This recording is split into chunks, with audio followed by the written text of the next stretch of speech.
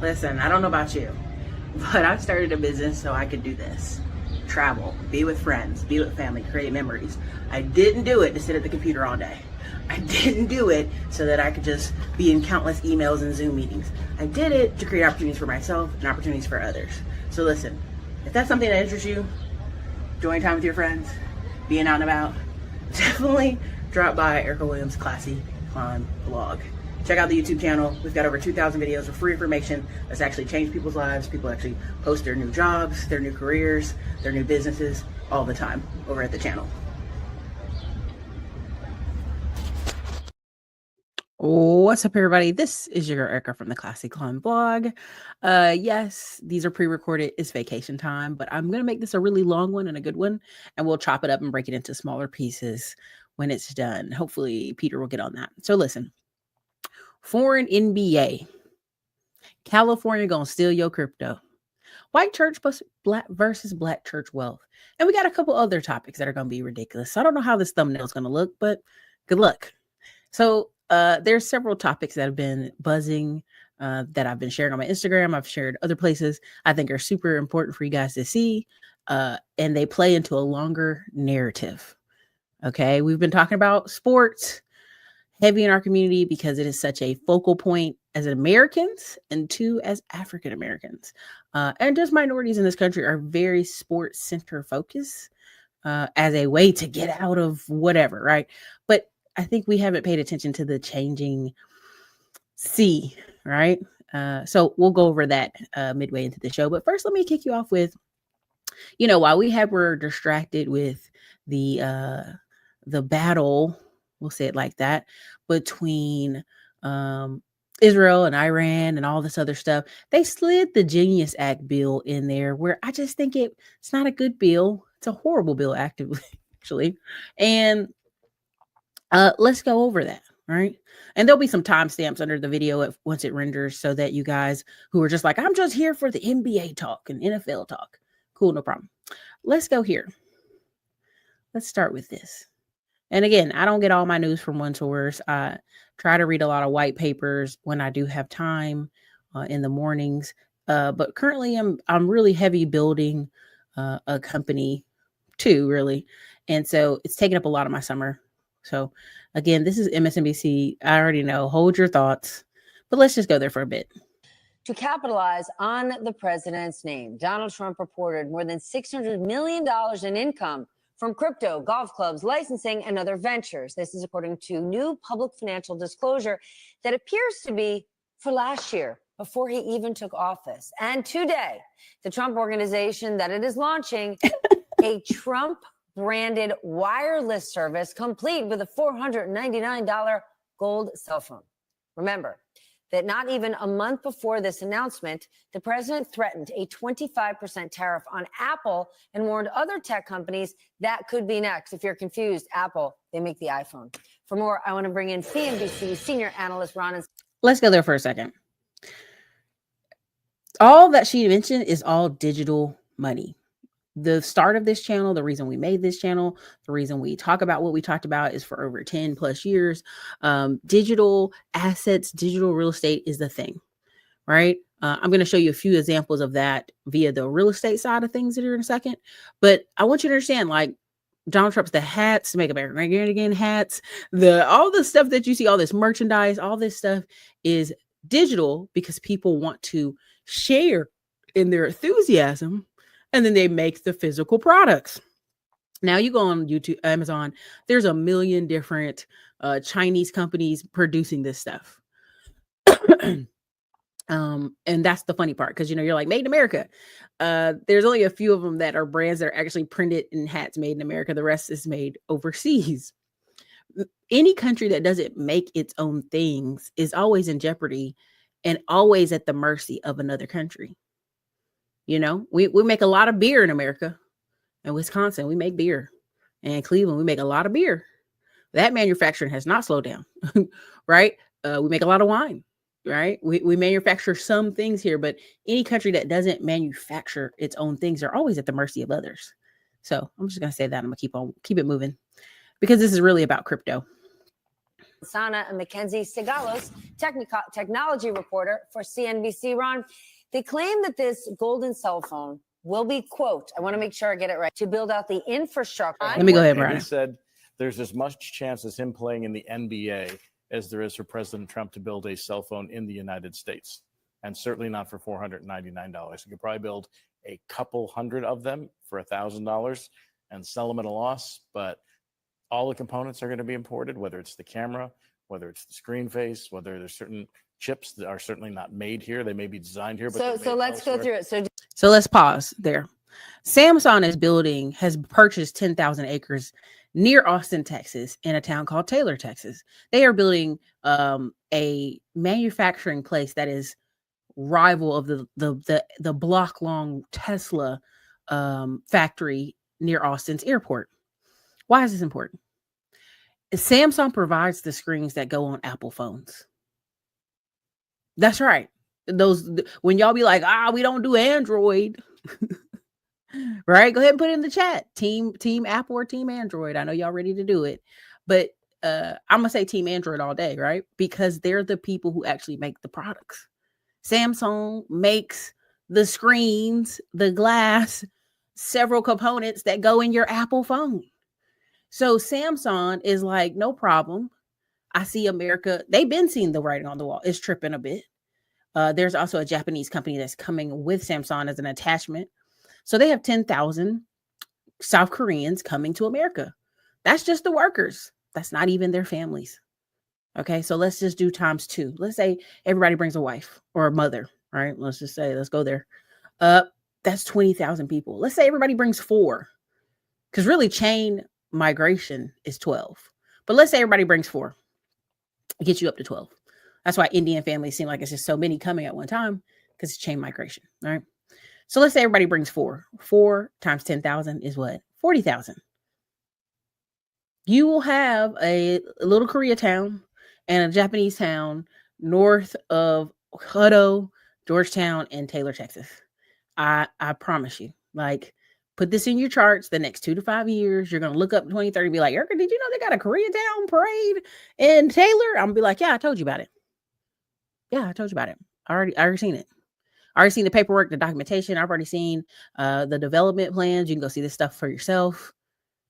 They got plans on top of it. That's why when people say, oh, Austin's blah, blah, blah, I just kind of laugh, because I'm like, this is the people who can't read talking. Like, this is like people just not reading economic development plans. These are just people just not reading the data. Like, there's a reason they're building 7,000 homes in Gerald, Texas. There's a reason they just greenlit another 7,000 homes north of there, near Temple. Okay. So people are like, nah, people going back to California. Air gets too hot in Texas and Silicon Valley. And I'm like, all right, cool. Cool, buddy. Whatever you say, man. Cool, buddy. So let me keep it moving. Designed and built. Yep. Someone is going to draw a picture of the phone here Yes. and built. They're going to import all the parts and then. Which are tariffed, by the way, which are taxed. All the parts that are coming in are under these various technology tariffs that the president himself has put in place. So this venture may go the way of Trump Vodka and Trump Ice and Trump University, i.e. not well. But something that has gone phenomenally well for the president is his crypto wealth. Last year, before he even took office, before the meme coin bonanza, he got $320 million in fees. He got $400 million for his family's crypto platform, $57 million in digital token sales. Have we ever seen anything like this in the history of ever? It's unprecedented, the kind of profits that we're seeing. And so that Friday disclosure that we got, kind of a look at the books for the president in terms of what he earned in 2024 from those crypto ventures. You mentioned it, that $57 million from a crypto bank called World Liberty Financial. And that's separate to the 16 billion governance tokens that he holds, which at least on paper are worth $1 billion. That's one of half a dozen crypto projects. So let's just go there. Let's unroll that. I truly believe, even though I'm pro the girl, like if you remember Wakanda Forever, I think it's the second movie. No, where Killmonger took over and she was like, I'm loyal to the throne. You know, the institution. It don't matter who owned the seat. I'm loyal to the seat. I'm loyal to America. I know and y'all hate it. It's okay. I'm loyal to America, even though America has not always been the best to Native Americans or Black people. I think it's one of the easiest countries to make millions of dollars and fight your way to the top.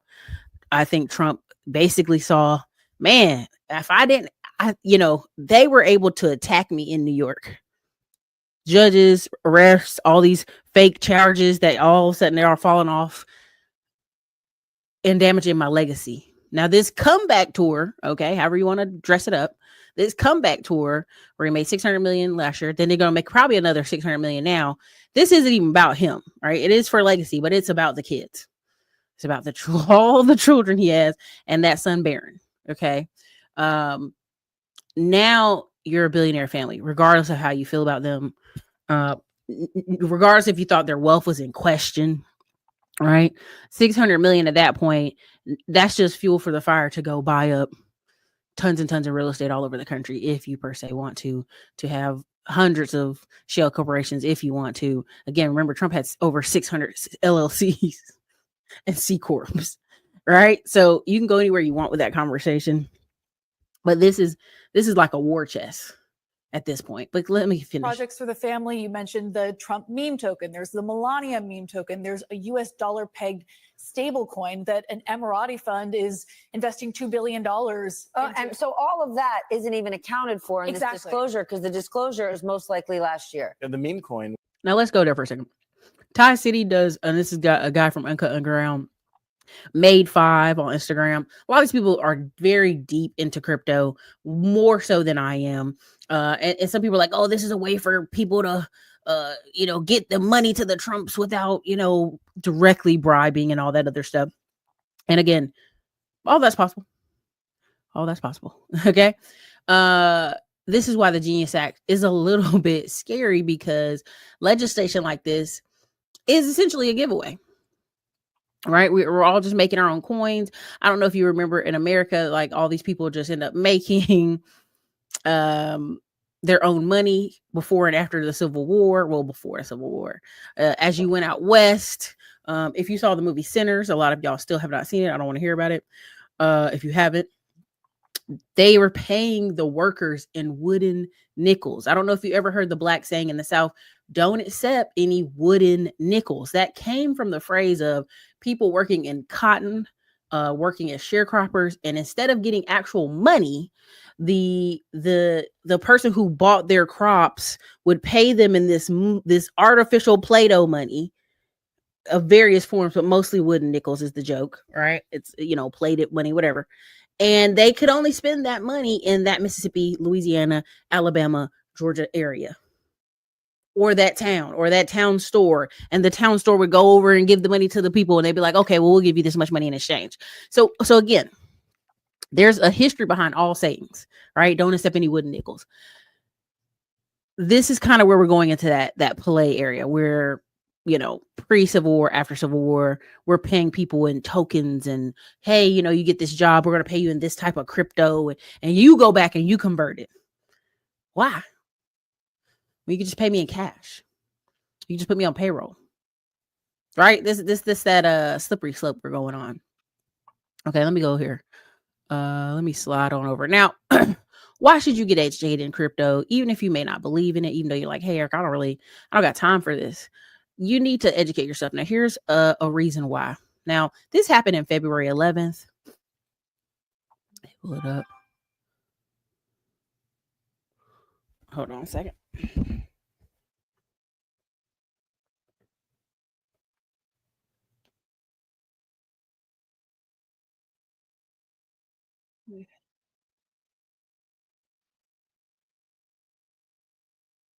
Hold on. Dang, can I get to it? Okay.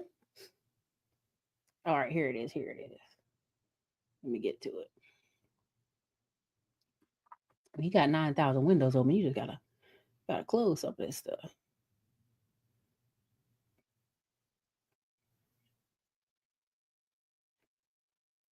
Good gracious. Okay, here it is. All right. Clients are taking to position themselves on the right side of this historic wealth transfer. This information won't be available for long. When the system goes live, these protection strategies will be the first thing they shut down. Click below to watch this time-sensitive presentation now. Your financial independence depends on it. On February 11th, 2025, J.P. Morgan Chase updated their terms of service with one chilling paragraph that reveals what's coming for your money. Most Americans missed it completely. Buried in page 17 of their new terms of service, J.P. Morgan Chase just added language allowing them to transition customer accounts to new digital currency systems as required by federal mandate. And they're not alone. Bank of America, Wells Fargo, and Citibank have all quietly added similar language in the past 90 days. What does this mean for you? If you have money in the banking system right now, your wealth is about to be digitized, whether you like it or not. When this happens, every dollar you've saved will suddenly be trackable at the transaction level, subject to new digital withdrawal limits, able to be frozen remotely without court approval, and programmable with spending restrictions. This isn't some conspiracy theory. It's happening right now, and the timeline is accelerating. But here's what they're not telling you. There's still a small window of opportunity to legally protect your wealth before this transition happens. I've just released a free emergency. All right. I'm not letting them promote here, but buried on page 17 of the new terms of service, and this happened on February 11th. Go check your terms and service update. Probably got an email. You didn't get an email in the mail. You got an email, or you got a text to your phone. JP Morgan at a language called transition customer accounts to new digital currency systems as required by federal mandate. Okay. I just want you to say, some people are like, that's a conspiracy, Erica. No, that's actually in documentation. Able to be frozen remotely without a court approval and programmable spending. So we've seen countless things happen where essentially, business owners who've done nothing wrong but put cash in the bank, the bank come and seize it, the police come and seize it. It's questionable. They take 2-3 years fighting in court to get it. They got to go on the news to let the news help them get their money back. This is why when people sit here and go, man, I have a business or I have a whatever, and all this money runs through the accounts. And it's if you try to go get a mortgage right now, if you try to go get a business loan right now, they'll be like, what are your other bank's accounts? I promise you, this is why when people are like, oh, I just have all my stuff at Wells Fargo, I'm like, no. What are your other bank accounts? Submit those as well. And I'll be like, for what? Yeah, you need to submit all accounts associated with this. And I just want you to understand, this is why people, the government is hardcore twisting your arm to make sure you're representing all your documentation. But they're not doing that for certain foreigners. And I'm going to show you a few articles why and how. Let me go over here. Let me show you this. Now you're going to say, Eric, I don't care. I got no crypto. Who cares? This is California. California just passed the Assembly Bill AB 1052, allowing the state to seize unused crypto after 3 years of account inactivity. Let's go. Passed unanimously in June 2025, the law extends unclaimed property rules to digital assets like Bitcoin and Ethereum. If you don't log in, trade, deposit, or withdraw for 3 years, your crypto can be declared abandoned and turned over to the state. The bill is headed to the Senate for final vote. Okay, now why am I showing you this? You're like, Erica, you always hating on California. You a California hater. I get it. I know you want to, that's your reaction. Cool, whatever. I'm going to just put it to you like this. There is a thing called surplus funds. And I don't want to send you down a rabbit hole because there's plenty of people doing this, but surplus funds. Every time a piece of property sells, lost paychecks, your 401ks. I told y'all this. I had an account somewhere with Ally. They had like 3,000 shares. It was like a cheap stock, but it was my 3,000 shares, and they had been trying to reach me for a year and a half on it. Finally, I got a letter. Well, since we can't reach you, we're gonna take these 3,000 shares and liquidate them. Now, how did I find that? I didn't. One of my VAs was combing through the emails, getting our email box just down, just closing it down, deleting a lot of stuff, unsubscribing from all kind of things. essentially just cleaning up my emails. And they found this and sent it to me. And I was like, whoa, what just happened? Who is this? What? And it took a month. I'd say it take 2 months, real honest, 6 weeks or so, just to get with Ally to like, I was trying to log in. I'm trying to like, hey, I need to reset my password. Hey, you guys sent me this notification. I'm trying to get back in and access. I mean, and every customer service person I would talk to, oh, I got to bump this up. I got to escalate it. Like it was, if they wanted to discourage a person after the 4th phone call, for sure I'd have been discouraged. If I hadn't remembered that I had 3,000 and the statement they sent said as much, that I had 3,000 shares, I wouldn't have fought so hard. Right? If it was just a couple $100 or a small amount, I'd have been like, all right, whatever. But it wasn't, okay? It was a cheap stock, but it was 3,000 shares of that stock. So you do the math. And I was like, nah, y'all gonna let me have access to my stuff, and y'all gonna let me liquidate it myself and take my money out of this account. Because even one time the service person was like, yeah, if this was just penny stocks, okay, but this ain't penny stocks. I said, exactly. You have to be careful here. You have to keep up with your paperwork. And there's a thing called surplus funds where you can, and we have a family member who does this. That's how I know about it. But essentially, she's very much a paperwork person. She goes looking for unclaimed money of every family member. Like she just does it once a year. Like she just goes and it helps us. You know, sometimes she puts our social in there. Sometimes she puts our name, our address. You know, she's putting information, our date of birth to see like, hey, is there any unclaimed funds? She's found old paychecks, old 401k accounts I had in North Carolina once I moved to Texas. I forgot about when I worked at a corporate place. She's found all kinds of stuff. And there's a whole process of finding surplus funds. Like in Florida, there's, I'm not going to say billions, but it is billions of money in surplus funds, because the way Miami grew so fast, they would have these accounts, or they would have property. Oh, they didn't pay their taxes all these years. We're going to liquidate the property and sell it at, you know, sell it. But there would be these surplus funds. And that in the state of Florida would be like, well, we're going to go find the owner so we can give them this money. But when, where? Florida ain't in no rush to do that. They're letting that billions of dollars in the account and collect interest. And you can call it corruption, you call it whatever you want. But essentially people would go search and go, hey, this property got sold 2020, 2021, 2022 for all this money. But X amount of money had to go back to the homeowner who originally owned this property. And sometimes it'd be 90,000, 200,000, 300,000. It'd be huge numbers because of the vast growth of Miami. I'll just say it that way.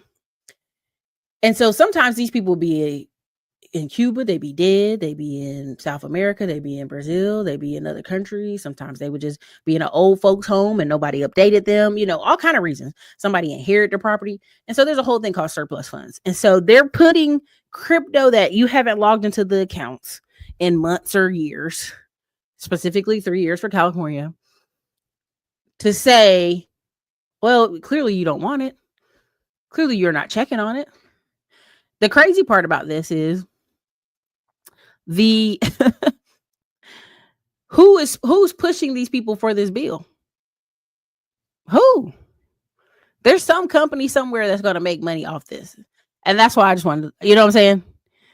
You know what I mean? There's somebody somewhere who's pushing for this because they know the change is coming where all this stuff is going to be trackable. And if you can't find your stuff or you can't track your own stuff down, they're going to alleviate it for you, help you lighten your pockets for you. And so I just want you to understand what's happening. And I just thought this was funny. This is a good meme here. But yeah, this is essentially what's happening. They're going to lighten your pockets for you. And they may say, well, Erica, I don't got no crypto, or I have mine on a secure key and all this other stuff. I don't want to butcher the language because it's not my space.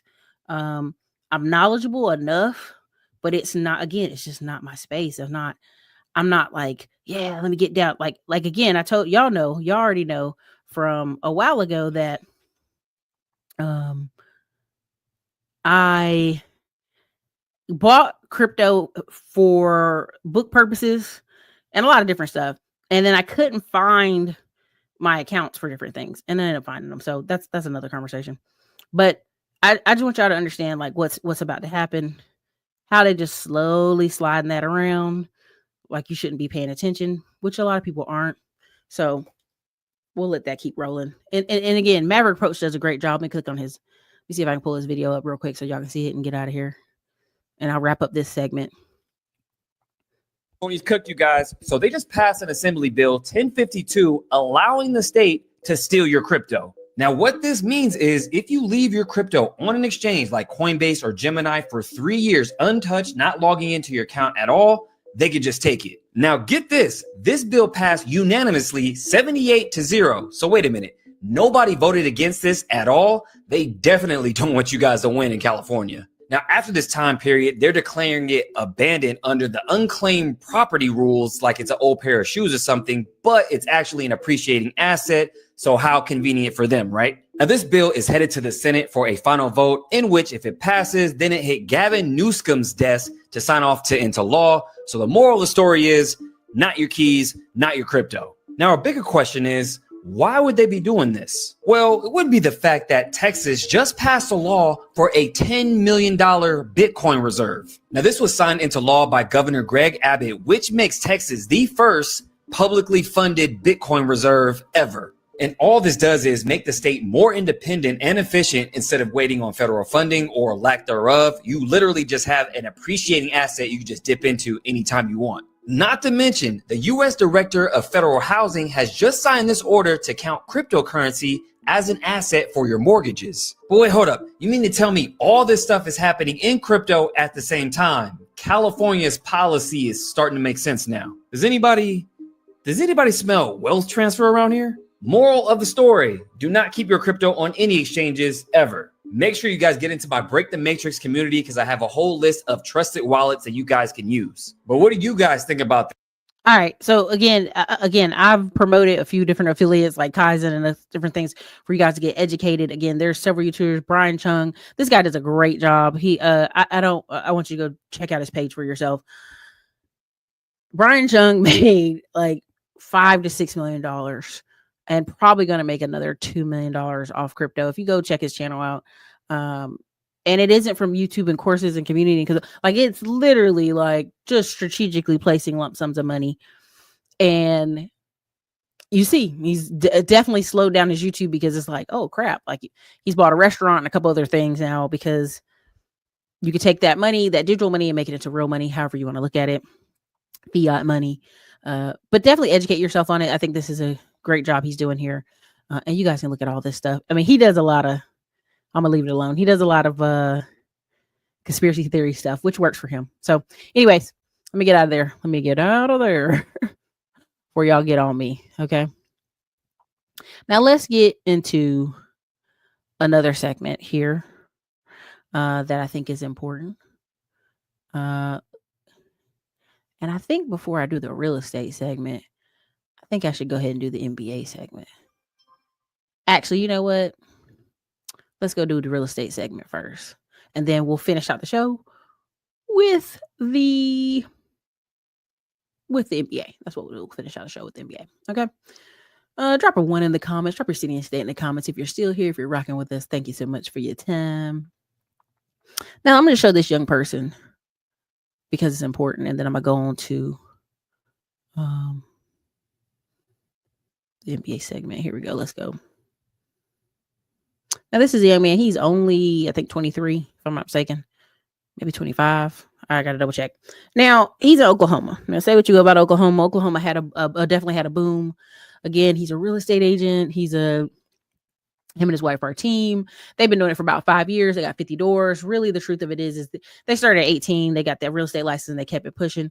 I want you to understand that this latest generation of Gen Z, and Gen Z is anybody under 29 right now, under 29, 28 and under. I think 28 to 17 or something like that, 28 to 15. There are two schools of thoughts happening.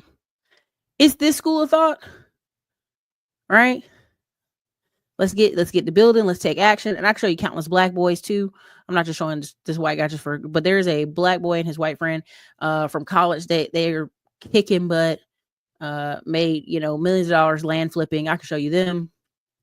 Again, there's a lot of motion, but you have to have the mindset. You really do.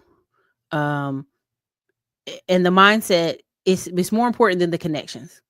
It's the tenacity to keep knocking doors, keep talking to people, keep adding assets to your portfolio. There's a lot I could go through. This is part of why I've been talking about land grab course so much. This is why I've been talking about land flipping so much. This is why I'm talking about skip tracing that I be promoting here on the channel. It's important, right? Just as important as the digital side of things are. And you can go deep into the rabbit hole digital with the 4 C's, of course, coaching, consulting, training, communities, all that stuff, creating content online, remotely posting content. You can also make a lot of money in real estate people don't want, because there's a lot of people not wanting certain things. They're inheriting things. They don't want them. They're over leveraged. They don't want them. But let's just show a few things here. All right, so let's go there. $1,500 after closing costs, paid a little over $18,000, but we've got a tenant in place, pays $500 a month. In essence, this property will pay itself off in right around 3 years, maybe 3.5 by the time you pull out taxes and insurance. But I get asked a lot, where do you get your deals from? And I get my deals from everywhere: realtors, investors, wholesalers, and then I also buy some off of the MLS, like this one. It was listed at $35,000, ended up offering $20,000. They took it, and then we got them a little bit lower because the tenant hadn't paid for the month of May, which we sorted out. But I wanted a little bit of a discount in case I had a squatter situation. Hope that adds a little bit of value. Catch you guys on the next. All right, so I bought a house yesterday for $17,500. After closing costs, paid a little over $18,000, but we've got a tenant in place, pays $500 a month. In essence, this property will pay itself off in right around 3 years, maybe 3.5 by the time you pull out taxes and insurance. But I get asked a lot, where do you get your deals from? And I get okay. Didn't mean to play that multiple times for y'all, but I want you to understand, like, the shotgun little house he's showing in this video, the poor communities where certain people live, you'll always find these cheap houses. But how much does it cost you to put into this house to remodel it, fix it, get it up to snuff? This is why you see some of these communities like, oh, they sold grandma's house.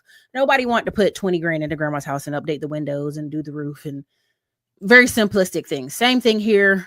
just bought this house behind me last week. We're going to do a full numbers breakdown on this. And this has been probably one of the crazier deals that I bought this month. Here's what happened. I go to closing last week. For some reason, all of the owners of the properties that I bought recently want to stay in the properties when I've been buying them. I hit the wholesaler up. The wholesaled this property to me, brought me the deal. Or I was like, hey, are the sellers out of there? Gets back with me. He's like, they're not out yet. Word of advice. If you're dealing with this sort of situation, here's the owner right here behind us, actually. This might be interesting. But if you're dealing with this sort of situation, do an escrow holdback. So I said, hey, I will close the deal today if the seller wants to close, or we can push until she's moved out. But if she wants to close today, we need to do an escrow holdback of $7,500. If she's not out within a week, I keep that $7,500. Did an escrow holdback. She wasn't out within a week, so I kept the $7,500. Just bought this house behind me last week. All right. Why are owners not wanting to move? Because they ain't got nowhere to go. Right? That's the only asset they have to sell is the house. Right? For whatever reasons, however they've come in life, this does happen. It's unfortunate. But I just want you to understand, like, trailers, mobile homes, whatever price point you want to get into, you can. My conversation with you is always going to be, again, these people are 25, 23 or 24. 24, I think, if I'm not mistaken. I was in a Zoom call with some people. But anyway, long story short, I would have never seen them. They launched in 2020. All right. And again, they just keep on going. I mean, I just want you to understand, like, it won't be long, because there are always houses people don't want. I know y'all don't believe that, but there's always houses people don't want. There's always tired landlords. There's always Midwest crappy 30K homes. There's always like I don't recommend flips, to be honest with you. I don't recommend them because of the way the margins are so thin at times. If you're going to keep them, great. If you're just going to turn around and keep these units, great. No problem. It doesn't matter. But if you're trying to, like, let me hear him flip it over and do this. And he's calling the owner a squatter because, yes, they signed the paperwork to sign because they want that money, but they don't got nowhere to go. That's a lot of people. They want to get the equity out their house. And instead of saying, let me just figure out my credit, let me figure out something. Again, he's 23 years old right here. So, it really is, easier to me, in my opinion, to deal with land, because 9 times out of 10, if there's land, there's no trailer on it. Nobody wants to put the effort in to do anything with it. On top of the whole land thing, where I'm here in my hometown in North Carolina, there's a ton of old trailers that have been abandoned. They ain't nobody been in there for years. They inherited from an aunt, uncle, somebody done passed away. Nobody's coming over there to put a new trailer over there, or they think they will, or maybe someday. One of the offers we're working on right now is somebody who has a property that's been abandoned for, I think, 7 years. And they're like, well, I know the trailer's still good. I'm like, baby, that trailer is trash. Ain't nothing going on with that trailer. That trailer is trash. We're gonna have to dump it. We have to tear that thing down and sell it for scrap. But again, people will stay in all kind of denials.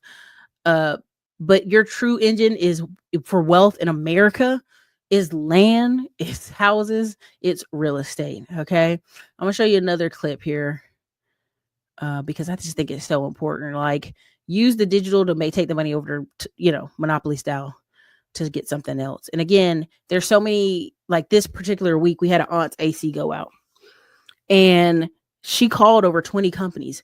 There was nobody available for 48 hours. She's sitting here with money, cash money, ready to go. Hey, I'm ready to buy a new unit. I'm ready to create a service. Whatever they got to do, let's do it. They're like, man, we'd love to take your money. We can't do it. One company, though, finally, I think the last company they called, they were like, we will come at 7:00 the next day. It'll be an extra charge because really we're closed after 5:30, 6:30. And they're like, but we'll come because you're older woman, yada yada yada, all this stuff. Now you could have been like, oh my God, your elderly aunt would have been sitting in heat for 48 hours. No, she just went over next door to our cousin's property that he owns that property too. And so she was fine. But I know there's people who are sitting right now who, when I worked at Lowe's, would come in and buy a whole AC unit because they couldn't afford to either fix the AC. They couldn't afford to get a true repair. They didn't have credit to be financed by the construction the HVAC company to do the repair. So they would just pay for 1 or 2 units. And I would be so sad because they'd have kids with them. So they're going to stick a unit somewhere in the living room. And then they're going to stick a unit somewhere in the bedroom. And I remember this mother and daughter, and she was like, well, my daughter's just going to have to sleep in the room with me because this was in Texas now. And so she's like, she's going to have to sleep in the room with me at night because I need the AC on. I can't take it. I'm in my 40s. And I was just like, you're in your 40s. You own the property. And you're having to come in here and buy 2 units. Like, that's unfortunate.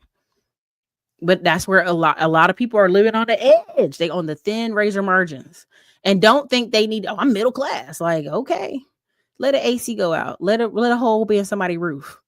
People don't have it like they think they have it. Okay. They just don't. Let me show you this. I have like 3 I need to show y'all.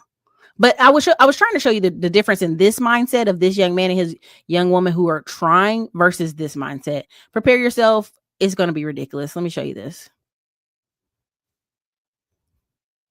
A job wouldn't be your first.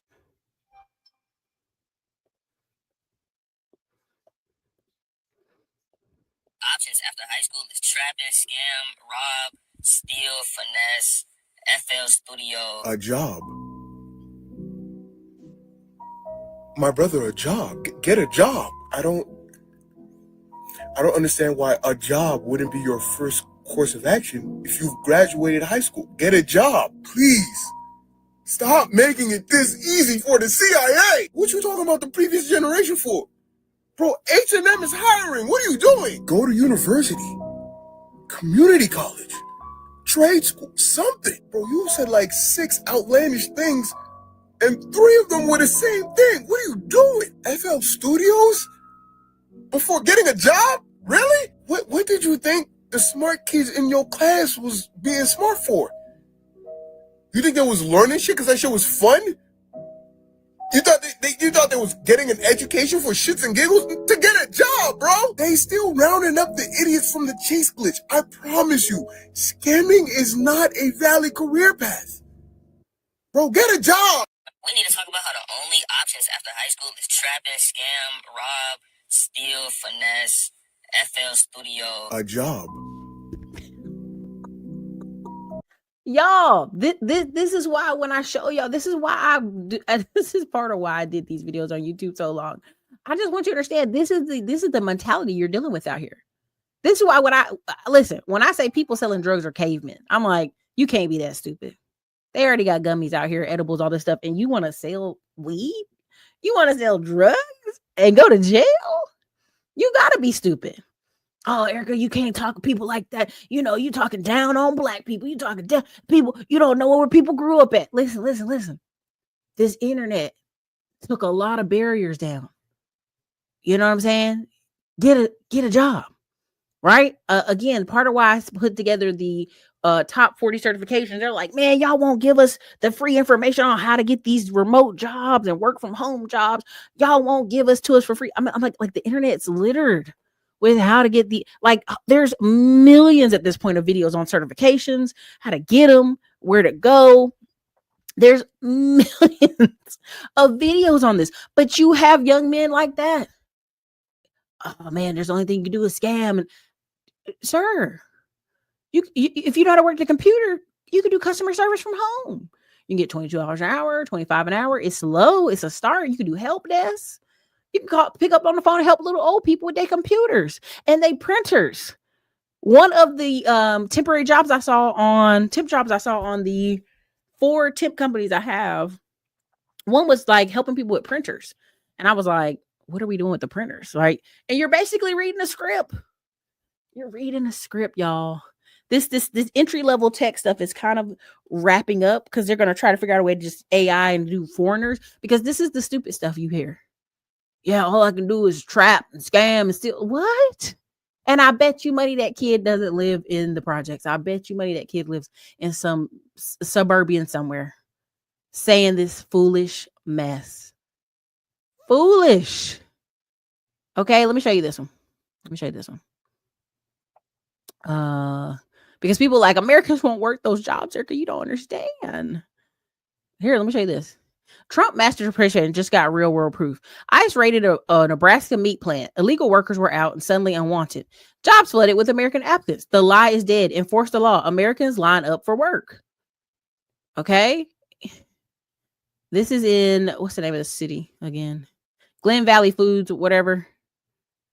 Again, every seat in the waiting area of Glen Valley Foods was occupied with people filling out job applications early Thursday afternoon, 2 days after the meat packing plant became the center of the largest worksite immigration raid in the state of Nebraska so far. Listen, they've told you on multiple videos I could find and pull up where, it's a black immigrant. He had hired one Hispanic, one African-American. And the Hispanic guy's like, oh, that black guy's lazy. Fire him and hire my cousin, my friend. This does happen. This happens often. And the Haitian guy was so offended. He was like, you think I would fire him just off your word? Like, the work's getting done. Like, when I come in, the work's getting done. I'll go check the cameras and see what you're talking about. But it looks like y'all are doing the work. So you have to understand, people are going to try to get jobs for their friends and family first. And they believe, yes, that you are lazy. Americans are lazy. And it's easy to market to you. But the Haitian guy was like, I was so offended that he just thought, because I'm an immigrant, I was going to hate on the black guy. It's real rough out there. That's why I'm telling y'all want to get these jobs where you ain't got no trade and you ain't got no leverage. You know what I mean? Y'all not owning the cars. You're not owning the houses. You're not owning the tow trucks. You're not owning the skills. You don't know how to fix anything. You can't fix HVAC, which is the 6 month, depending on the state you're in. And we have a 6 months program here in North Carolina.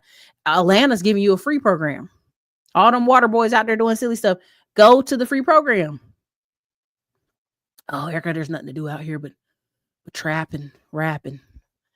This is why people like, you're picking on people. I don't know. Oh, I meant to show one more real estate thing. Well, let me show you this. This part is funny, in my opinion. I know y'all don't like it, but this is funny to me. I'm tired of hearing kids that graduated high school saying stuff like, I'm just trying to enjoy my summer. Because what summer?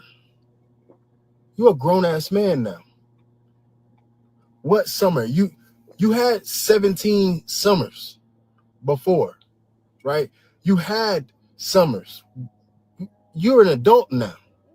This is real life. Like, if you don't have a job, or if you're not going to a school, you don't have any, you're homeless. You're goddamn homeless.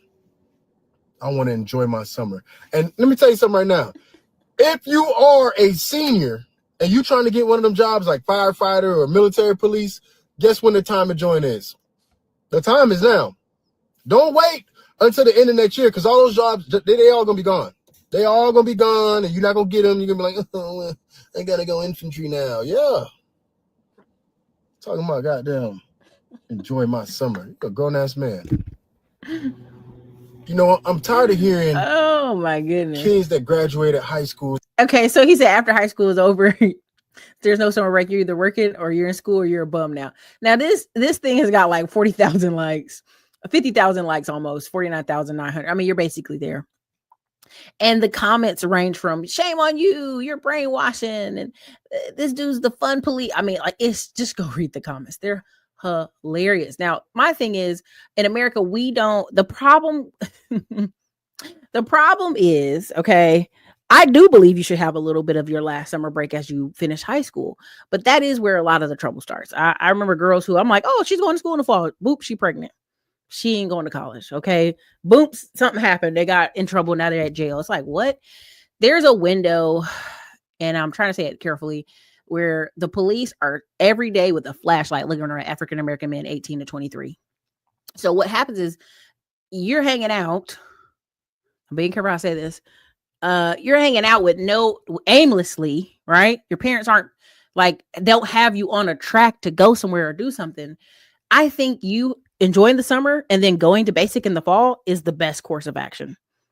If I could go back when I was done with college, I would have did 4 years in the Air Force, because I'd have came out, I had a VA loan, I'd have had all options. You know what I mean? Like all these little things that would have benefited me. I'd have went, I'd have did the, you know, people go and they like, let me get a little bit of disability. I did all of it, right?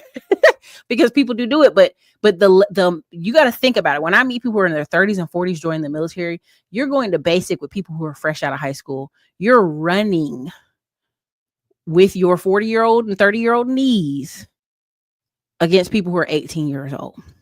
And there's countless videos on YouTube on this stuff where people are joining at 39, 38, catching the cutoff.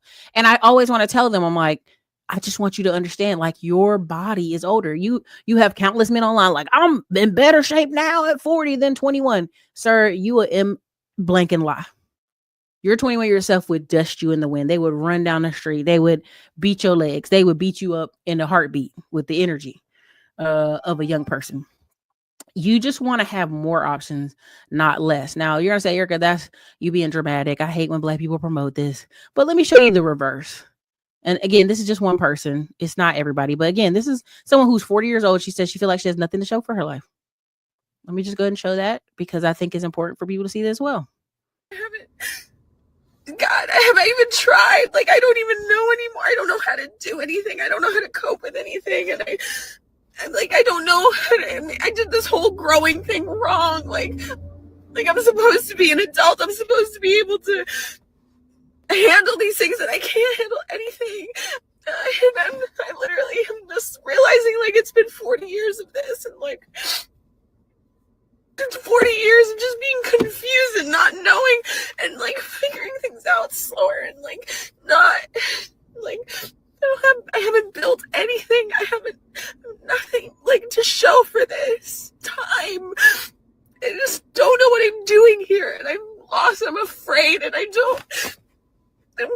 turning 40 this year, and everything is just hitting me right now. It's like not where I wanted to be. I haven't succeeded at anything. God, have I even tried? Like, I don't even know anymore. Now, first thing, you know, I love there is kind of, oh no, you guys couldn't see it big. Oh no, sorry. Let me make it bigger so you guys can see it. I don't know how to do anything. I don't know how to cope with anything. And I don't know how to, I did this whole growing thing wrong. Like I'm supposed to be an adult. I'm supposed to be able to handle these. Okay. I can't take it. It makes me sick. Now, everybody, it's okay to have a breakdown. It's okay to have a meltdown. It's okay to say life ain't going the way you want it. Okay, what do you want to do? If I were her, I get my hormones checked. First of all, I love how so many people are positive, like, girl, you look 25. You look young. She probably ain't got no children. You're free. You can run around, move around. Okay. I'm meeting a lot of people who are in their late 30s, no children, look great, skin look refreshed. Okay, it's an accomplishment in itself. Okay, because there's some people out here like they don't drink no water, their eyes is jaundiced, their teeth falling out, they tongue is nasty, all of it. Okay, so listen, you should be grateful you're alive. The funniest thing is the comments where people are like, girl, you better go on YouTube and do a face and hair care rescreen and make you some affiliate money. But like people are very positive, and then there's even men like she should just go get married, and I'm like, to who? And for what? What's that gonna do for her? Now that could help her. It could give her some balance for sure. I think she needs some balance, but she might need some medication. All right. If she got ADHD, she's unfocused. I don't know what she could do, but this is what's out here right now. People have not been given good structure by their parents. Okay. People aren't educating them and preparing them for adulthood. And so they're waking up and now they're kind of lost. Okay. So again, let me go ahead and show this. What time is it? What time are we on? Dang. Okay. Let me show this. Let me show 2 more clips on real estate. And then I'm gonna go on over to NBA. This is where people are confused. This right here, this story I'm gonna show you. This is where people are confused on their status. Right? They got a city council member. They're offended that this property, they have a half-acre lot, and they've put a what you call a prefab home on it for their mom. Prefab home looks great. Now the city council member is mad. He lives in the neighborhood with her. He's trying to use his position to say this shouldn't be in their neighborhood. This is terrible. It's going to bring down the property value. Again, a lot of people are still against ADUs in many parts of the country because they think it's going to bring down the value in their neighborhood. Okay. So he's trying to use his political position to be like, yeah, this guy, you guys must have tricked us to get this in here. Now she went through all the proper paperwork. She put this in here for her mother, so her mother could have independence in her own space. And this is the problem. Many people don't realize they're assuming that they're very wealthy and they have this certain type of standard of living, and this shouldn't be near them. Not in my neighborhood. You have a lot of that. So let me go ahead and pull. Let me see if I have the audio on here. Oh, no. It's a song. That's why I couldn't play it. That's what it is. So anyway, a crowd of neighbors formed. They wanted to see it. The city code enforcement came and reassured everybody that we had the proper permits. Okay. They said, hey, we got it. They thought that was the end of it. No. I'm going to read it to you. Sorry. One of our neighbors is a city councilman. He publicly spoke against our family's decision to move a prefab into our yard for my mother. The next day, a reporter came asking me for comment. Okay. She even got a little outdoor fireplace. I think this is really cute. The city councilman called our house trashy and not nice enough for our town. Okay. He questioned our integrity and implied that we worked the system to receive permits. The council man wanted to change the town code to block all future prefab homes. And we chose to give the reporter an interview. The story has sparked intense debate in our community. Again, they have a corner lot. They only have one neighbor behind them, and they're on half acre. The rights of the home versus what the city council and neighbors deem visually pleasing. Now, this is a very beautiful prefab home. Now, what's the problem when it comes to prefab homes, aka trailers? After about 5 to 10 years, is this going to be moved? Is this going to be updated? Is this going to be taken away? Are your family going to keep it up? Okay. She's a caregiver for her mom and oldest son, and she needed to have space for the mother. Okay.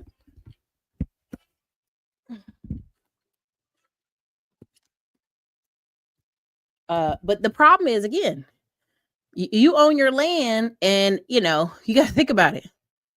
You got a garden shed out there, you got a pool out there. They weren't bothered by any of that stuff.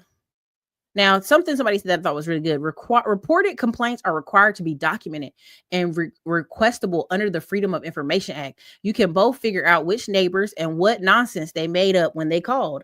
Exactly. That's the first thing. That's why when these police, get a false call and they show up at your house, they're trying to arrest people, and they're like, who called? What neighbor called? You actually have the Freedom of Information Act. It is public information that they're supposed to give. Because when you call to complain on your neighbor, they go, ma'am, what were you at? What house you live in? And you go, okay, I live over here. Okay, where are you at comparison? 3, 4 houses down. Sometimes the police stop by your house first. And I think it's an intimidation technique to make sure do you really want to put this call in? Do you really want to do this? Okay, cool. So again, people are confused that they think they're living in a neighborhood and they're very wealthy. Okay. And there's no way a trailer would be in their neighborhood. All right.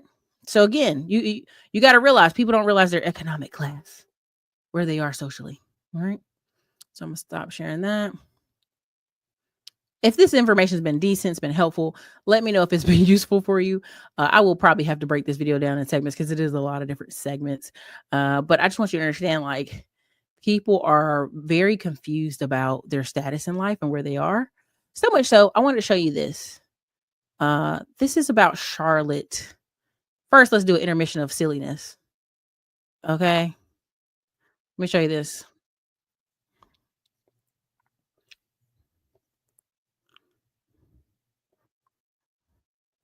Employee, Arlesa Davis, I believe is her name, is alleged with scheming the division with over $36 million in food stamp fraud. And the crazy thing is, this woman works in the food stamp fraud department. This lady is accused of selling EBT numbers, and people would process them and use the money. And the Southern District of New York is coming after her. Overall, she's charged with helping to do $66 million in food stamp fraud, which is crazy.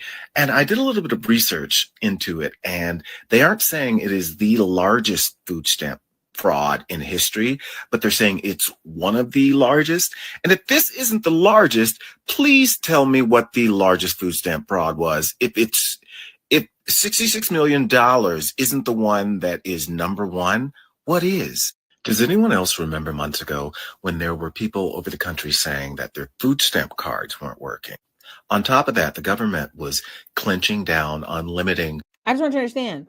This is why when people are like, oh, Doge is stupid, it's so stupid, Trump got the Doge, and Elon Musk is dumb, and I'm like, y'all don't want to know who took $66 million in EBT for these families and babies and mothers who need it? Like, something wrong with y'all. Y'all gotta let go of the Trump derangement syndrome.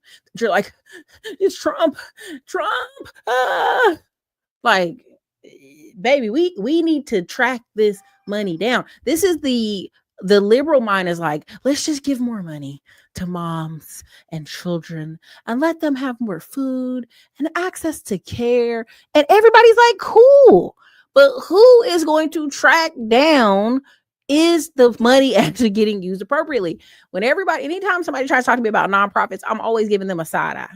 Why do you want to do a nonprofit? Why don't you want to do a profit business and give the money directly? Oh, no. What you want is you want to do a nonprofit so you can raise funds, pay yourself a huge administrative fee. That's the hustle. That's the white boy hustle, really. Okay. And then there's a portion of it goes to people, and you take a lot of photos and you do a golf charity classic and you do some stuff. Let's go there. That's really what it is, right? Because politics is in bed with nonprofits, right? Like Biden, we showed the video before. Biden administration was earmarking millions of dollars, billions of dollars a day for the 75 days after Kamala had lost.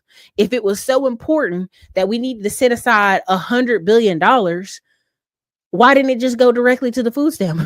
Why didn't it go to the health department? Why didn't it go to certain actual states that needed it? It went to nonprofits. Why? What are those nonprofits doing? Who are they assisting? Who's getting paid?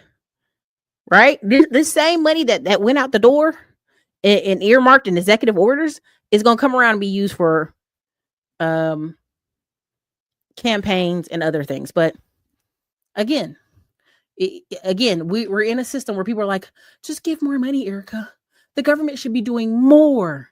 The government doesn't do any. The government takes our tax dollars and they let you decide, okay, we want to feed people, we want to pave roads, we want to build bridges. That's how it works. But a lot of people think, like New York, we'll do a whole video separate of that. that I should get free bus passes. I should be able to just walk around and do a bunch of nothing all day and go free because it's America. Okay. Good luck with that. So let me just show you this. I think again, why is Charlotte so important in this particular video? And it's home ownership. Y'all keep fighting on it, but okay. That's the only difference in all these black cities in the wealth is the home ownership. Still headed this way, not that way. And from a talking about this because he didn't believe it, but I said, well, let me go fact check it. And it was real. So in Atlanta, the average net worth of black people is $5,000 in Atlanta. In New Orleans, it's $14,000. In Charlotte, it's $48,000. But in each of those cities, the average net worth of the white counterpart is like, to your point, 10x, 12x. I was actually surprised that, New Orleans, but it's per capita. So there's more people in Atlanta. So it's more people to go by. Right. But generally speaking, you talked about like what you saw in Atlanta, but the stats say, and so I was thinking about that, but it made me think about Charlotte because Charlotte's was literally almost like 9-10 times that of black people in Atlanta. So I was like, dang, we don't talk about Charlotte black people enough because clearly they got something, they're doing something right as it relates to growing black wealth in Charlotte. But how many times you hear people talk about people in Charlotte? Black people. You don't. You don't hear anything. But what you do hear and what is true, numbers, stats, as a whole, we are still headed to zero than we are heading anywhere else. Our net worth as a culture is still headed this way, not that way. And from a talking about this because he didn't believe it, but I said, well, let me go fact check it. And it was real. So in Atlanta, the average net worth of black people is $5,000 in Atlanta. In New Orleans, it's $14,000. In Charlotte, it's $48,000. But in each of those cities, the average okay, so long story short, what's the secret sauce? It's home ownership. It's home ownership. People don't, again, you go read all the data. Yes, it's home ownership. High paying jobs, ownership. But if you talk to some black people, oh, it's so hard in Charlotte. It's so hard. It used to be $400 rent. That's just upward mobility. Get training. There's a video I was going to do about massive upscaling, and people hate that ideal because they're like, well, there's plenty of working Americans who just want to go work at a job and move boxes and drive a forklift. Why are you so mean to them? And I'm like, I'm not. But you're in your 40s and 50s. It's time to have a skill that you can take anywhere, right? You can go draw blood anywhere. You can go be a teacher anywhere. You can go be a nurse anywhere. You can be an accountant anywhere. Can you lift boxes everywhere? Can you work a manufacturing place everywhere? No, not always. Let me show you this. And then I'm going to show you black wealth. Black versus white church wealth. But let me show you this. Now, this is my hometown embarrassing us because we have plenty of construction. We just built a $70 million baseball stadium and we use out of towners. And then it went over budget. And we're like, I don't know how it went over budget. But I keep telling y'all, if you're a middleman to millions, this is nothing but contracting. All this stuff is just contracting, okay? A Superior Court on Monday ordered Apex Contracting, which used to be Muhammad Construction. Take with that what you will. Okay. Of Raleigh to pay $236,000 to the city of Fayetteville. Now, Fayetteville has had a long history of really great tennis players who've had, full rides in college and all this stuff. I played in tennis here. It was awesome. So we were doing an indoor tennis center and a tennis center building and new courts, right? This isn't like rocket science. All right.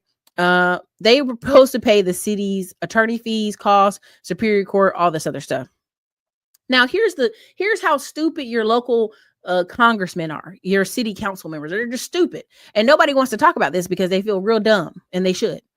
Apex Contracting was previously known as Muhammad Construction. Its president is Mohammed. Now, I know y'all think I'm leaning very, very, very heavy against the Muslim people, and that's not true, but there is a culture as well as in the Asian culture. Trick them if you can trick them. Lie if you can lie. It is in their you can lie on the Quran and Allah will forgive you. Like, bro, it's it's bad. It's bad right now. And so what's happening in Europe, what's happening everywhere is happening here to us in small towns. Y'all playing with the people. Now, let me tell you how bad Muhammad Construction played us. Let me go and pull it out here for you. Okay.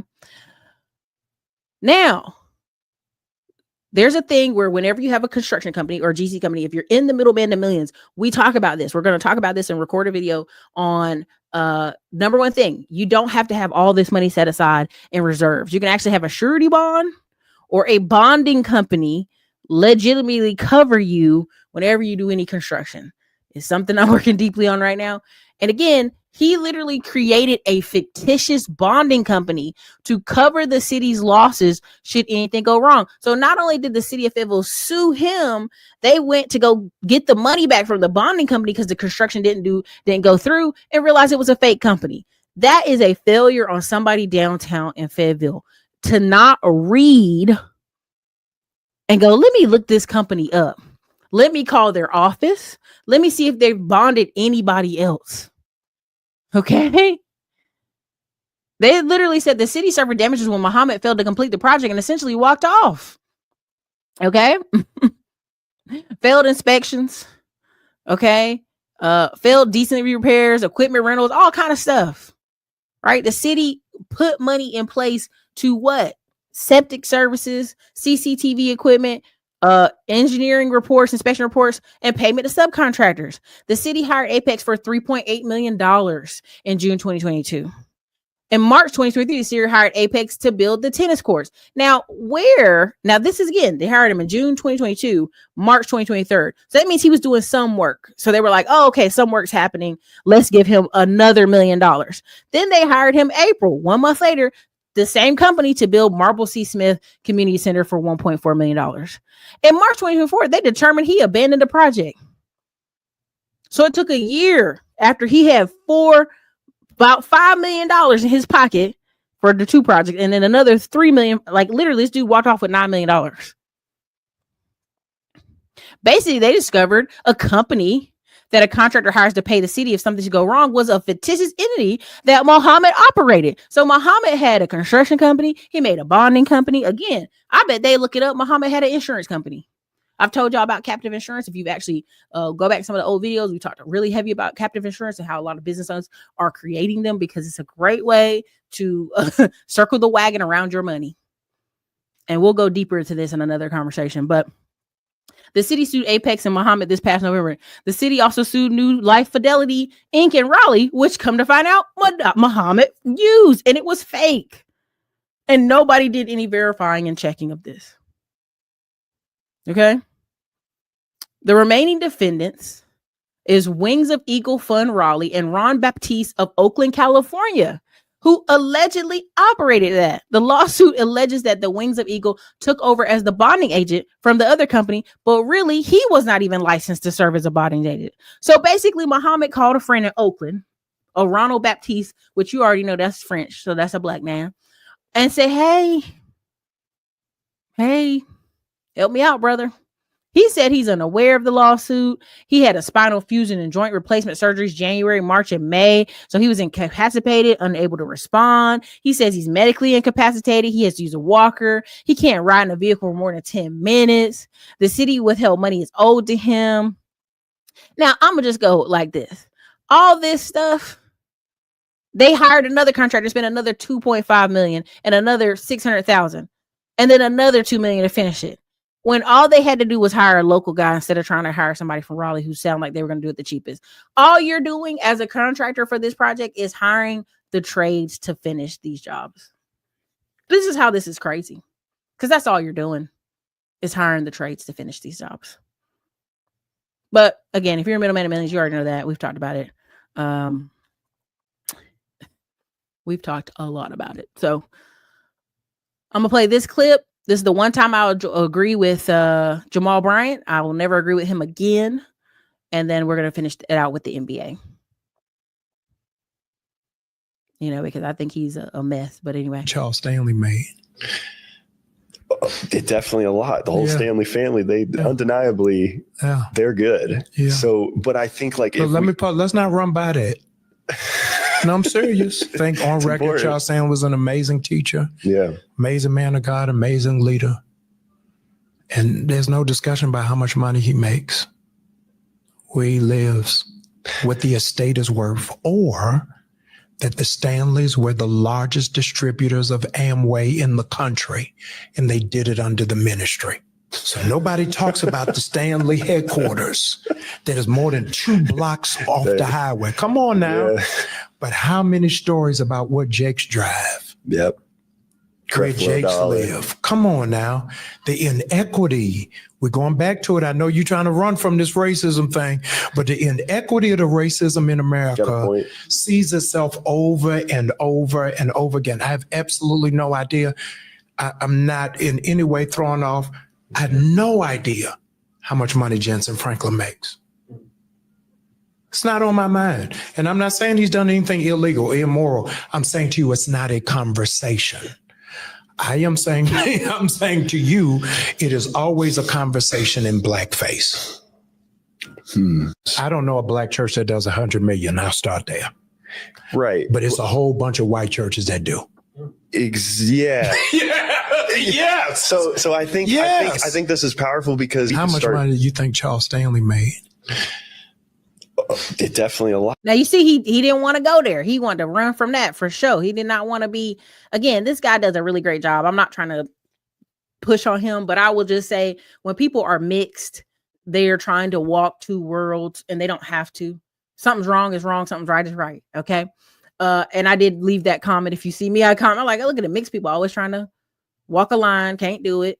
Sound retarded. And here's the deal. Why is that always a question with the black community? Yeah, these black churches should be putting money in the community. They should be doing this. Listen, your grandma, 80 years old, at a corner hole in the wall, putting $10 in every week. That's not what's bankrupting her or the black community. I know. Oh, the black church. Listen, black church should be a place where people had connections, networking, worked with each other, lots of opportunity. Again, I've told y'all this. If your mom is at some corner, crappy former pimp church, that's where she feel comfortable. Because mothers 9 times out of 10 determine where the family goes to church. So your mom felt comfortable with a former pimp being her pastor. Just like I say, when people go to Jamal Brown, they're comfortable with him doing it. For whatever reason, that's their thing. I've never not been in a church that had structure, that had a children's ministry. They even sometimes had a school. They had a daycare program. They had staff. They had reports you could read. You could, at the end of the year, you got a little your donation that you can put on your taxes. Say, hey, I donated this amount to the church, etc., etc. Again, when you start going, if you look at the numbers, oh, the black church is doing all this stuff. They're not. Your aunties aren't giving $40,000, $50,000, $60,000 to the black churches every year. They're not. The average church in America, I think it had like 57 members. Very small numbers. Very small. Now, if those, like I said, when you see a lot of these white churches, they start having a school, daycare services, they hire staff, they apply for grants and programs, because that's what you're supposed to do if you guys are moving in a way that makes sense and there's growth there. It's all about the leadership, and it's all about, okay, who's the staff? I have several friends who worked at churches. Like, if there's not a healthy staff there, you should always question. But we spent a lot of time there. Again, Jamal Bryant is shaping himself up to be the y'all owe black people some money preacher at this point in his career. And I'm okay with that, because everything else about him, I'm like, ugh, yikes. Is this what y'all doing out here? Okay, so let me show you. This is, I did a video and the audio's terrible. I hate it. But okay, I can't go back and change half the channel. Half the channel, I'm going to delete half these videos and hide them and private them behind the private wall, because I'm just over them. But I made this video, this is 2 years ago, and it was like, the cost of youth sports is out of control. It's crushing a generation of New Jersey athletes. And the truth is, we're in a foreign NBA at this point. What are you talking about? We're in a foreign NBA at this point. Like, your son having hoop dreams is crazy. And you can't teach size. So let's really go there. Is your son over 6'2"? If he's not, I don't know what he's doing in basketball. Let's really go there. If your son's not over 5'9" in football and big, what is he doing there? Now you're gonna say, Erica, you don't know. I'm Muggsy Bone. You're gonna list me 100 unique cases of some short black man that did something. Great, no problem. But let me show you what's going on right now. Okay, let's really set up the conversation. And they're going to use this kid as the punching bag, Ace Bailey, to say this is what NIL money is ruining. Because 18-year-old kids should not be going into the NBA after making $1 million, couple $1 million at Rutgers. Shouldn't be. Because they have no concept of the argument that we need to develop them is not there. Now the argument is they're entitled. And guess what? The NBA is going to start going and focusing on overseas talent. Now I'm going to play a little bit of this and then I'm going to, no, I ain't even playing Colin Cowherd because I don't want to strike. Let me go here. And who is Ace Bailey? Just to kind of, his mom played basketball. His dad played basketball. Again, he is 18 years old. He's 6'10". For him, I need to tell him he just need to ball out. He got picked by Utah. He didn't want to play there. He didn't want to play at Charlotte Hornets. He didn't want to play with LaMelo Ball. I mean, again, he's 18 years old. The adults around him are failing him. And they're going to use it as a thing. So here is, let me show you this before I show you NFL. This is from last year. NBA rosters feature record-tying 125 international players from the record-tying 43 countries across 6 continents. This is the future. They ain't got to talk to Jerome. They ain't got to talk to Ace Bailey. They ain't got to talk to none of these kids no more.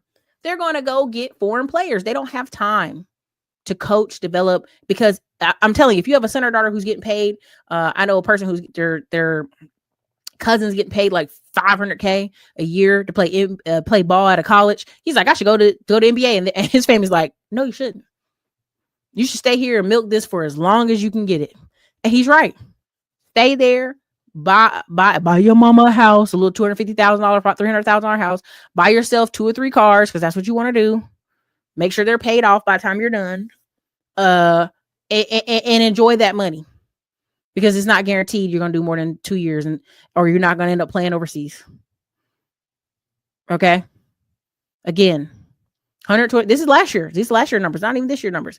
43 countries, 6 continents. 21 from Canada, 14 from France. Portland High and Oklahoma City is full of them. And Oklahoma City just won. Okay. This year. Again, a lot of Australia. I don't think y'all understand that the Summer League every year, there's a ton of Australia. Angola, Bahamas, Belgium, Cameroon, Canada, China. Okay. So again, let's even go there. They're picking up the Asians. Okay. Let's do this. Share this tab. All right. Canada, 21 players. France, 17 players. Australia, 13 players. Germany, 8 players. Serbia, 6 players. And Cameroon, 5 players. Baby, you're going to look up and it's going to be more than half. And y'all going to be like, what happened? Okay. Let's go there for a second. Y'all don't like this. Y'all going to boo me in the comments. But what happened with Memphis? Old boy getting in trouble every 2 minutes. Doing gun stupid stuff. John Morant. Okay. What happened to the other boy, Anthony Edwards? Baby mama drama. Don't want to be bother with the babies. It puts the American view terrible. That's the story. American players are lazy, terrible, don't take care of their kids. Y'all know that's what they're shaping it up to be. And they're difficult to work with. That's what they're shaping this whole conversation. Very difficult to work with Americans. That's the overall saying out here. All right, this is China. Highest selected players from China's last 35 drafts. Dallas, 1999. Memphis. Milwaukee, Houston, and we ain't even talking about Japan. They had a couple Japanese players. So this guy got pulled this year. He is, what team is he with? He's with the Memphis. He went to Memphis. And no. Is he with the Memphis? I can't remember. I thought he was with Memphis. So anyway, long story short, again, they're setting this conversation up that, it's just so hard to deal with Americans, and Americans, it's so tough, and Americans don't really want to work hard. And that's the storyline. They're going to fill this NBA with foreigners, and y'all sitting here playing goofy. Now they're going to fill it up with great white hope stories. This whole family, you're going to see them all be drafted. This is the Kupanik family. Their sons are Cash, Kager, Khan, Kinston, and Kingman. And this is the brother that's drafted with the hat on. These are the younger brothers. They're going to be taller than him. Now, you know, the oldest always, for whatever reason, I don't know, they run out of milk. The mama don't have enough energy or something, right? And so people are like, well, when the seniors do it, y'all get mad. I'm like, y'all, this is the storyline they want to see. They're going to see this whole family drafted. I promise you. This whole family going to get drafted because it's a great white hope story. It's so wonderful. Look at them. Let me show you this one. This is a... And you hear that roar? That roar from the crowd is these fans knowing that Danny Wolf has waited hours tonight to hear his name called. And now you see the mix of joy and relief. The Brooklyn Nets select Danny Wolf. I'm just telling y'all, this is where it's going. This is where the league's going. Superstar 75 said something funny, but I agree with him. They're going to a very white league, a very foreign league, a very beige league. Everybody gonna look like Stephen Curry. Everybody gonna have the goofy broccoli hair. That's where they're going. And they're gonna give you these beautiful sob stories of how they, oh my God, they crawled through the jungles of Russia or whatever. They crawled on the snow of Serbia to be here. Like, they're gonna give you these sob stories. And everybody's gonna be like, yeah. But they're gonna use it off the back of people like the Ace Bailey kid and say, see how bad those American kids are. They got some money and they're spoiled. That's why we had to go overseas. Let me show this. Let me show this tab. Now, this is a switch over from NBA to NFL. Look where they're going. Look where they're going. Why are they pulling Africans from Africa? And I talked about this with the NFL draft. The NFL draft we just had was a bunch of foreigners. All kind of countries. Cuba, Brazil, Samoa, which is American, is essentially one of our territories. I mean, they dug up from everywhere they could, but not America. Let's play it. It's to expand America's love of football to the world.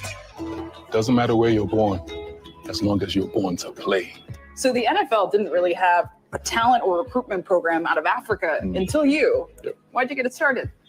Well, I think it was important to give all those people that we knew in Africa that had the unique ability and all that talent the chance to play this wonderful game.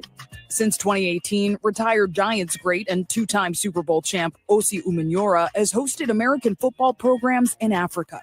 4 years later, the NFL now partners with the Pro Bowler through the NFL Africa program. The NFL saying in part its goal is creating more opportunities for athletes around the world to find their place in the game. You've seen all those African names on the back of their jerseys. I want people to see that. I want people to dream. A dream already realized by other professional sports. The National Basketball Association hosted clinics on the continent as far back as 1959, when Bill Russell visited on a state-sponsored trip. The hospital is so important to me and mean a lot in my heart. And the late Dikembe Mutombo, originally from the Democratic Republic of Congo, became the NBA's global ambassador as it ramped up formal Basketball Without Borders camps. The NBA has had programs, recruitment out of the continent of Africa for decades, even done exhibition games. Why do this now? Well, I think it's just a matter of somebody bringing it to the NFL's attention. Now, multiple NFL programs are recruiting international talent to the league's game day rosters. Here in Ghana and throughout West Africa. Let me go there. Let me tell you why they're doing it. Money.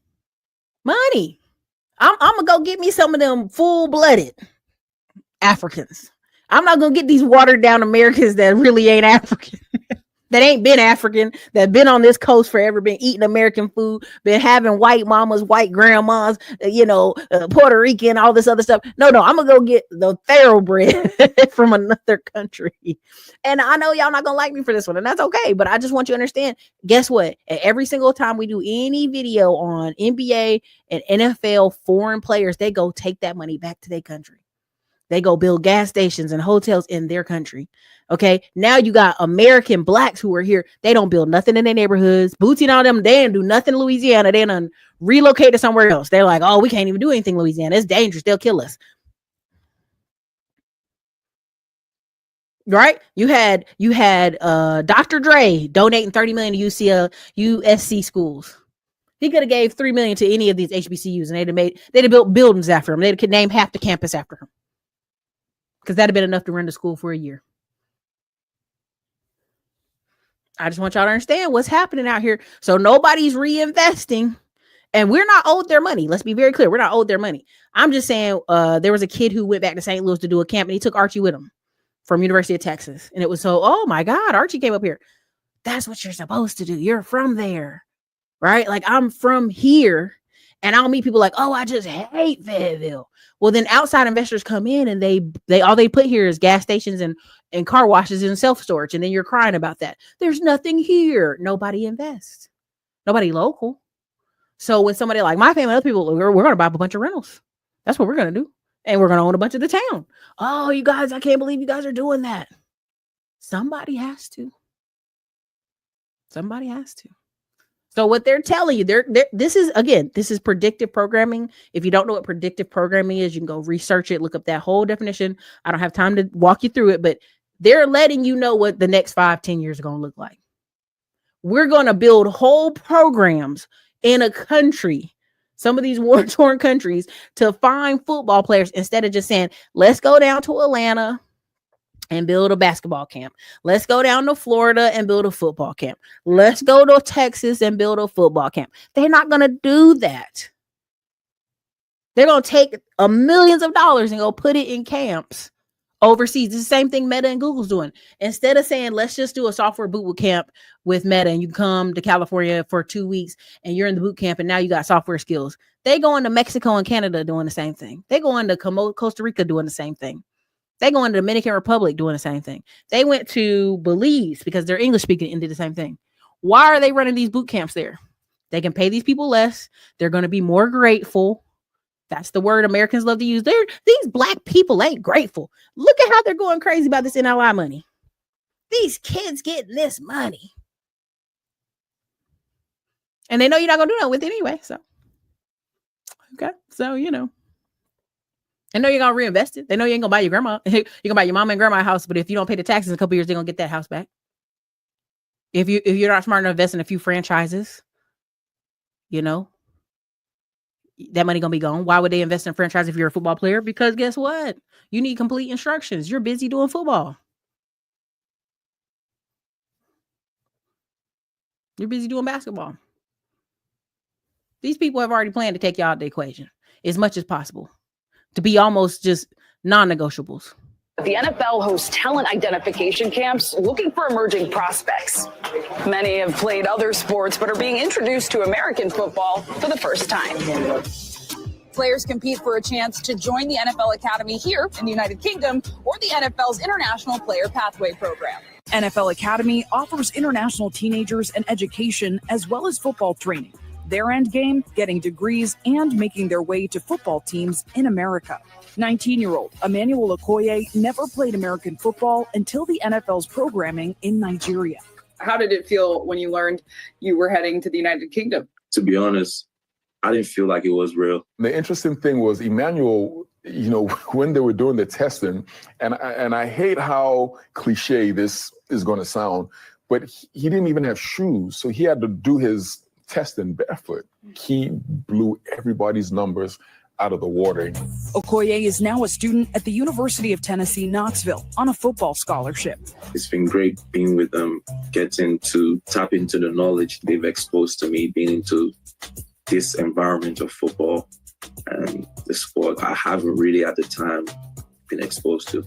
Already in the NFL is Roy Mbedeka. Born and raised in Nigeria, he came through the league's pathway program for international players and is now a lineman for the Cleveland Browns. How did it feel when you got that call? Listen, it took me a while. It's not a dream. It's really happening. Was it an emotional moment for you? It was. Didn't cry though. Didn't cry. But Tears are not bad. But my siblings did cry for me. You have Nigerian roots. Yep.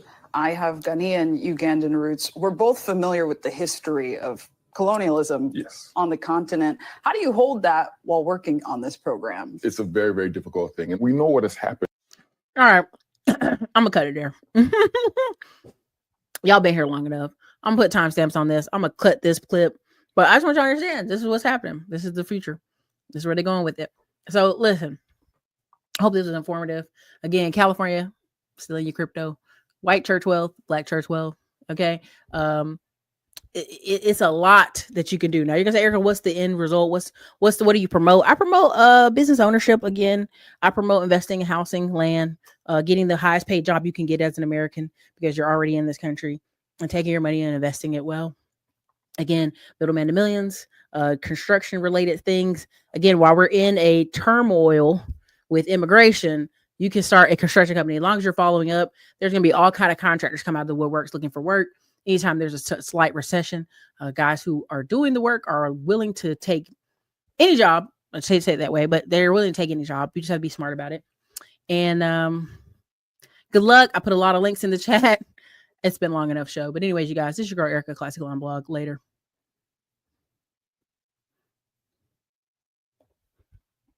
You've probably been seeing these commercials for Middleman to Millions course. What is Middleman to Millions? We're teaching so many people how to have service businesses. The upcoming year, one of the fastest growing businesses you will see are service businesses and digital businesses. Why is that? Because so many things need repairs, need maintenance. And guess what? We have a shortage of men and also women who can do things. Listen, I'm not the best with a hammer, but I know I can gather a crew of people to get things done. And that's what I've done with 2 of my service businesses. And that's what I'll be teaching if you check us out in the Middleman to Millions course. And look forward to us on the road with Digital Liberty Tour 2024. It's Erica Williams.